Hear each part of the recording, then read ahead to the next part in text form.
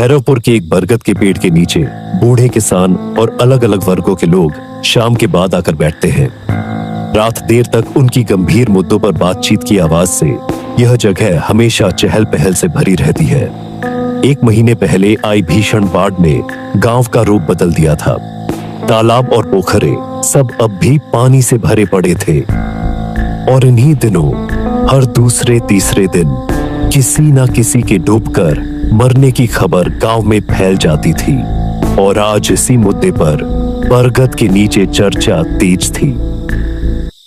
जो भी कहिए धनमोहन काका, ये घटनाएं वाकई अजीब हैं। अजीब क्या है मास्टर? रात बेरात कोई लालटेन लेकर तालाब के किनारे जाएगा तो जाहिर सी बात है हादसा तो होगा ही। और सब उसी शमशान के पास वाले कंकाल ताल में ही मर रहे हैं। जो भी हो धनमोहन काका, रघु प्रसाद मास्टर ठीक ही कह रहे हैं। इससे पहले की बरसात में भी लोग मरे थे, लेकिन ऐसे 2 हफ्ते में 4 लोग डूबे हैं। ऐसा तो कभी नहीं हुआ, वो भी एक ही तालाब में डूबकर मरे हैं। अरे रहने दे, यह गांव है, कोई मुंबई और दिल्ली नहीं। यहां कौन सरकार आकर रोशनी लगवाएगी? हम तो किसान की हालात में जीते हैं, हमें इन्हीं हालात में जीना पड़ेगा। फिर भी काका, यह सोचने की बात है कि पूरा भैरवपुर झील और तालाब से भरा है, लेकिन सब मौतें उसी एकमात्र कंकाल ताल में क्यों हो रही हैं? हाँ, यही तो गांव में बहुत तालाब है, लेकिन मौतें सिर्फ उसी कालकूट श्मशान वाले कंकाल ताल में ही हो रही हैं। वहां 2-3 और आदमी भी बैठे थे, लेकिन वह इनकी बातों को चुपचाप सुन रहे थे, क्योंकि इस गांव में बड़े बुजुर्ग लोग जो भी बात करते हैं, आम लोग बीच में बोलना ठीक नहीं समझते।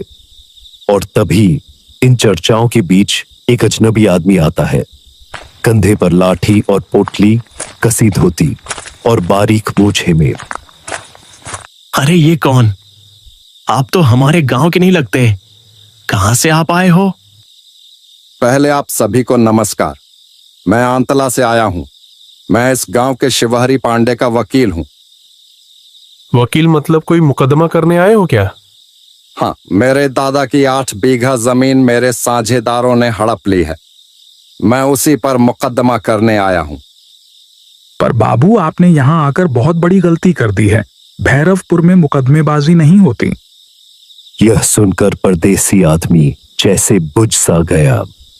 उसके चेहरे से उम्मीदें उतर गईं। वो पूरी तरीके से उदास सा हो गया।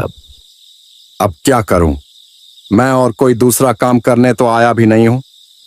धनमोहन काका का मतलब गलत मत लेना। असल में शिवहरी पांडे अब इस गांव में नहीं रहते हैं। अरे ओ छोटे लोग, हमारे बड़ों के बीच क्यों बोल रहा है बाबू? हम तो बात कर रहे हैं ना, दिख नहीं रहा तुझे?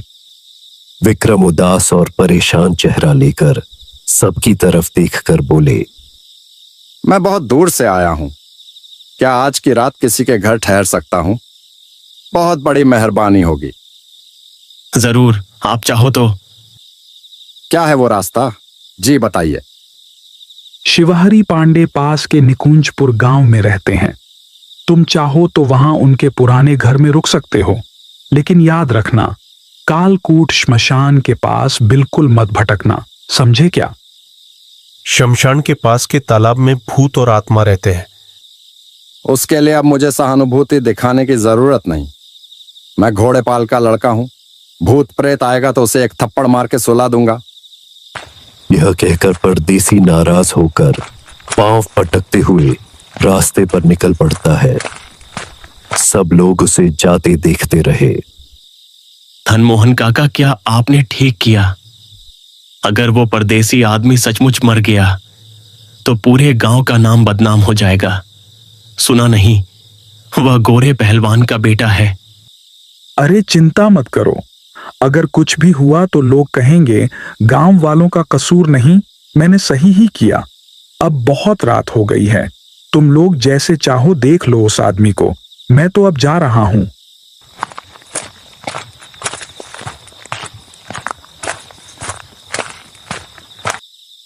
मामला ठीक नहीं लग रहा। वो आदमी परदेसी है। अगर कुछ हो गया तो हम गांव वालों को कैसे सफाई देंगे? हाँ, सही कहा।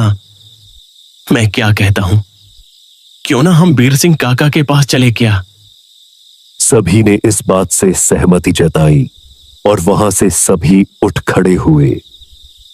सब लोग बीर सिंह काका के घर की ओर रवाना हो गए। दूसरी तरफ परदेसी सोच रहा था, अगर उसे पता होता कि इस गांव के लोग इतने कठोर और बेरहम हैं, तो शायद मदद मांगता ही नहीं। अब धीरे धीरे वह कंकाल ताल के किनारे कालकूट शमशान की ओर बढ़ता चला जा रहा था। लंबे ताड़ के पेड़ों के बीच से गुजरते हुए उसका मन घबराने लगा। वह भूत प्रेत में विश्वास नहीं करता था, लेकिन सुना था कि यह रास्ता ठीक नहीं है। यहां अक्सर कुछ न कुछ घटनाएं होती रहती हैं। और तभी चलते चलते अचानक उसके सामने एक परछाई खड़ी हो जाती है। उसका आकार काफी बड़ा था। वह आकृति बिना कुछ कहे उसकी ओर बढ़ने लगती है। कौन है? कौन हो तुम? हे भगवान, बचाओ मुझे, हे भगवान। वह चीखता है। उस दानव ने अपने लंबे हाथ से विक्रम को पकड़ लिया। विक्रम डर से पत्थर सा जम गया। वो राक्षस उसे खींचते हुए कालकूट श्मशान की ओर ले जाने लगा। और उस समय श्मशान से एक रहस्यमयी आवाज भी गूंज रही थी। ले आओ उसे, ले आओ, आजा, आजा, लेकर आओ उसे। उधर मंदिर से बीर सिंह काका बाहर निकले। रघु प्रसाद मास्टर और उनके साथ 2-3 गांव वाले उनके सामने खड़े हो गए। क्या हुआ? सब लोग ऐसे घबराए क्यों और कहां भाग रहे हो? कुछ तो गड़बड़ है बीर सिंह काका। या तो कोई अनहोनी हो चुकी है, नहीं तो फिर कुछ बहुत बड़ा होने वाला है। आपकी मदद बहुत जरूरी है।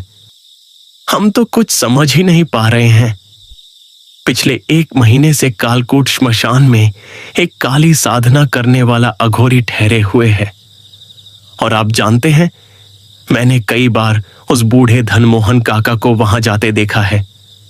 लेकिन असली वजह क्या है, यह हम में से कोई नहीं जानता। मुझे भी बहुत पहले शक हुआ था। धनमोहन कुछ न कुछ गड़बड़ जरूर कर रहा है और मैंने भी उसे कई बार कालकूट श्मशान की तरफ जाते देखा है। वो क्या कर रहा है काका? हमें तो बिल्कुल समझ ही नहीं आ रहा। शायद अब और समय बर्बाद करना उचित नहीं होगा। वह परदेसी भी उसी शमशान की ओर गया है। हमें भी उसी ओर चलना चाहिए। ठीक कहा, चलो चलते हैं। अब और किसी को बुलाने का समय नहीं है हमारे पास। सब लोग कालकूट श्मशान की ओर चल पड़े। उन्होंने ठान लिया था कि जब तक रहस्य नहीं सुलझेगा, वे सभी वापस नहीं लौटेंगे। दूसरी तरफ विक्रम एक कांट पर बंधा है। सामने अघोरी की आग जल रही है। अरे जाग गया रे तू। अब तेरी आखिरी नींद का समय आ चुका है। नाम क्या है तेरा वैसे? आप कौन हैं? मुझे छोड़ दो। मैं तो इस गांव का भी नहीं हूं। मेरा परिवार बर्बाद हो जाएगा। चुप।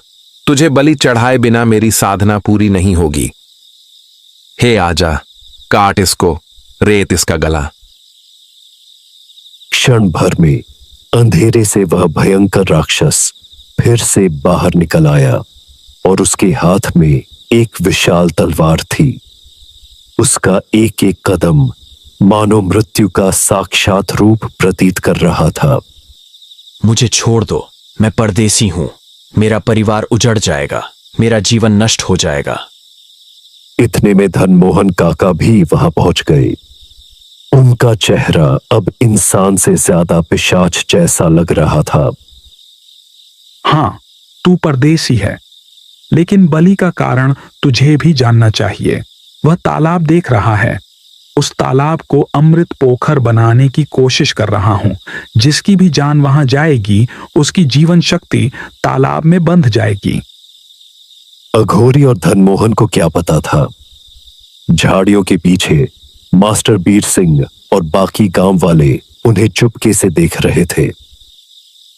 हर अमावस को उस अमृत पोखर में डुबकी लगाकर मैं पा सकता हूं लंबी उम्र, जीवन। बहुत बड़ा भोग है रे। यदि अमृत पोखर की साधना पूरी हो गई तो इस बार की अमावस्या में मैं पा लूंगा अमृत का वरदान। बस बहुत हो गई तेरी बकबक। अब मैं साधना पूरी करता हूं। जय काल पिशाच, जय काल पिशाच। ओए मेरे चेले, अब तू अपना काम कर, खत्म कर इस ठोकर को। इतना कहते ही राक्षस विक्रम का गला काटने जा रहा था। विक्रम कांपते हुए आंखें बंद कर लेता है, लेकिन तभी झाड़ियों से एक जलता हुआ मशाल राक्षस के सीने पर आ गिरा। उसका पूरा शरीर आग में झुलस उठा। कौन, किसने किया यह? किसकी इतनी हिम्मत हुई रे? किसने किया? झाड़ियों से बीर सिंह, काका और बाकी गांव वाले निकल आए। मशाल फेंकी थी रघु प्रसाद मास्टर ने। धनमोहन, लालची बूढ़े, तुझे अब भी भोग का लालच गया नहीं। अघोरी के साथ मिलकर तू यह कुकर्म कर रहा था। कितने लोगों की जानें ले ली तूने? हां, कर रहा था तो क्या। मैं प्रकृति के नियम से मरना नहीं चाहता। मैं अमर होना चाहता हूं। अमर अमर रहूंगा मैं। रघु प्रसाद मास्टर ने विक्रम का हाथ खोला। विक्रम का हाथ खुलते ही वो गुस्से से लाल होकर धनमोहन की तरफ बढ़ा। इसे क्यों छोड़ा? ये मेरा शिकार था। मेरी साधना अधूरी रह जाएगी। उसकी बात पूरी भी ना हुई थी कि गांव वालों ने उस अघोरी बाबा को पीट पीट कर मार डाला। बीर सिंह काका जी, इस धनमोहन को मेरे हवाले कर दीजिए। इसे और जीने का कोई अधिकार नहीं। आज मैं इसको मौत के घाट उतार के ही रहूंगा। रुको, ऐसा मत करो। रुको नहीं, इसे मत मारो। यह मृत ब्रह्म राक्षसों की आत्माएं हैं जो उसे नियंत्रित कर रही हैं। अगर तुमने इस समय इसे मार दिया तो उन आत्माओं को मुक्ति नहीं मिलेगी। लेकिन विक्रम, जिसे बचाकर जोश आ गया था, किसी की नहीं सुनता। उसने उस बूढ़े धनमोहन को इतना मारा कि मार मार कर मार डाला। बीर सिंह, रघु प्रसाद और कुछ और लोग रोकने की कोशिश करते हैं, पर विक्रम ने किसी की बात नहीं मानी। तो इस तरह भैरवपुर गांव ने अपनी आंखों से देखा कि धनमोहन कैसे तांत्रिक के साथ मिलकर गांव वालों के साथ काली साधना कर रहा था, जिसकी सजा अब उसे मिल भी गई। लेकिन अब गांव वालों ने कसम खाई कि अब कोई भी रात में शमशान की ओर कदम नहीं रखेगा। और इसी के साथ आज की कहानी यहीं समाप्त होती है।